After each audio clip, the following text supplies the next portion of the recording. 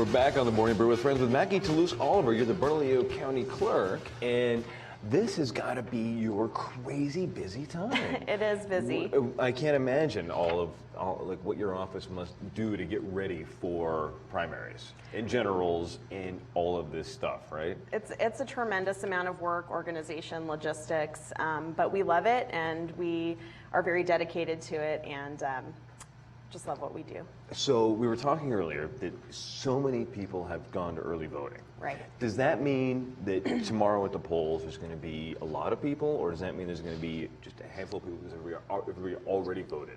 I actually think that it means we're going to have a lot of people turn out to vote tomorrow. What we typically see in primary elections is that more people vote on election day than early and absentee. And so even though we've seen this tremendous amount of turnout already before election day, I think we're going to see a very heavy turnout, relatively speaking, for the primary tomorrow. Very cool. And what does that mean for the general? I mean, if we have this amount of people just voting in the primary, because primaries generally don't get this kind of attention, right? Well, that's right. I mean, I think, you know, in New Mexico, typically, we're one of the last states in a presidential year. And people are still excited to vote. That's right. That's right. So I do think, you know, participation begets participation. So when you see people coming out and voting in a primary, when you see young people getting registered and voting for the first time, that tends to mean that they'll become lifelong voters. When you see people coming out early in a primary having enthusiasm, that tends to translate through the election season. And it's a presidential year. It's a big year. We're going to elect a new president this year. I think we'll have good turnout this fall. Right. Well, and like every state rep and every state senator's seats are up this year. That's right.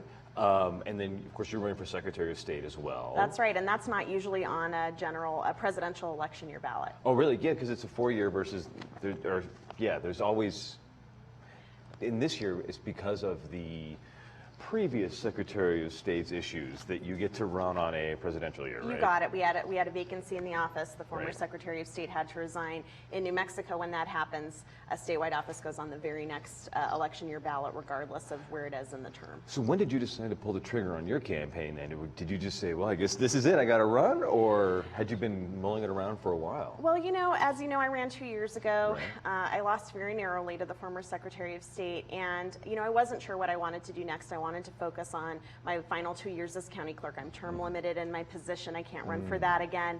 And when that really unfortunate situation occurred, of course, none of us were really sure how that was going to transpire. I did some soul searching and I decided, you know what, I really want this job and I'm going to put myself out there again. Very cool. Well, you know, what are the differences? Because there's similar jobs in some ways that you oversee elections and all of that. But what are the differences between going from Bernalillo County to the statewide responsibilities? Well, I think, you know, having been the county clerk here for 9.5 years so far, I've had a lot of on-the-job training in terms of managing elections. You know, here in this county, we have 1/3 of the voters in the state, just in our one county, and the other 32 county clerks are responsible for the other 2/3 of the vote. So I think in terms of the scope, I've had really good on-the-job training. But you're right, moving to that office means working together with all the 33 county clerks of the state, making sure they all have what they need, understanding the specifics of each individual county and what they need in terms of the election process. And then, of course, there's, you know, the whole business services aspect of the office that will be new as well. Right. And then I know that government ethics is one of the things you've been talking about. Yes. And I mean, I usually think of that stuff as being more legislated into the offices. So how do you bring that about as...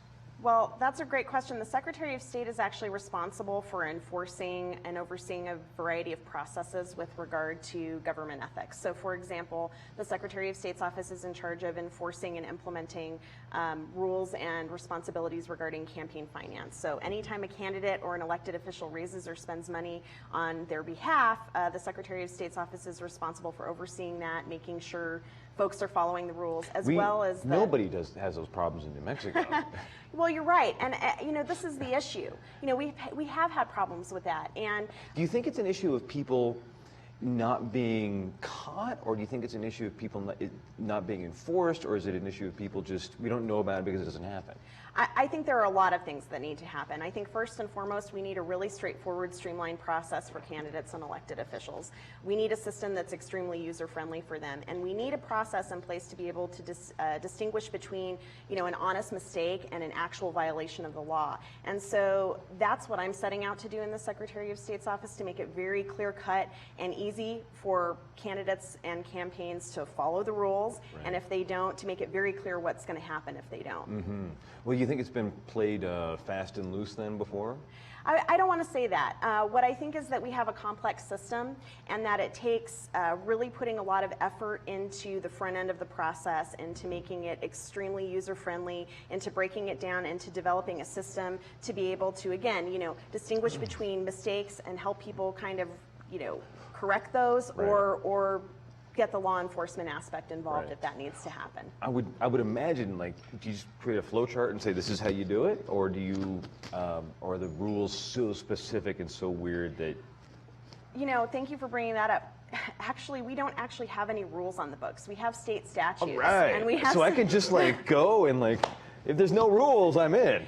We have state statutes, and then we have systems that have been implemented out of those statutes. But what we actually need is some specific rules written into our state's administrative code, and that hasn't happened under several past Secretary of State administrations. Right. That's the first thing that we need to do, and that's what I'll do when I get in there. So, election tomorrow, the yes. primary. Yes. As everybody's getting ready to go vote tomorrow, can we still go to any of the convenience centers that are set up, or do we have to go to our polling place on election day? You know, since 2012 here in Bernalillo County, we have offered the voters of the county the option at voting at any polling location on election day. We have 69 centers that will be right. open countywide right. tomorrow from 7 a.m. to 7 p.m. I do want to remind folks they can't vote today on Monday, but they can vote tomorrow. Why can't we vote today? Well, there's a little thing built into the election code so that we have a couple of days of prep time to get ready. It takes a lot of effort right. to get all of the sites set up, make sure everything's functioning properly for right. tomorrow. Right. Yeah. Well, and it's a long ballot too. Yeah, you know, thankfully for the primary, it's not too bad. Right. It's this fall we'll have the. This fall we'll have to a have you, long Mac, to ballot. explain how that long ballot plays out this Yes, fall. But we'll be back in a couple of seconds. The Morning Brew.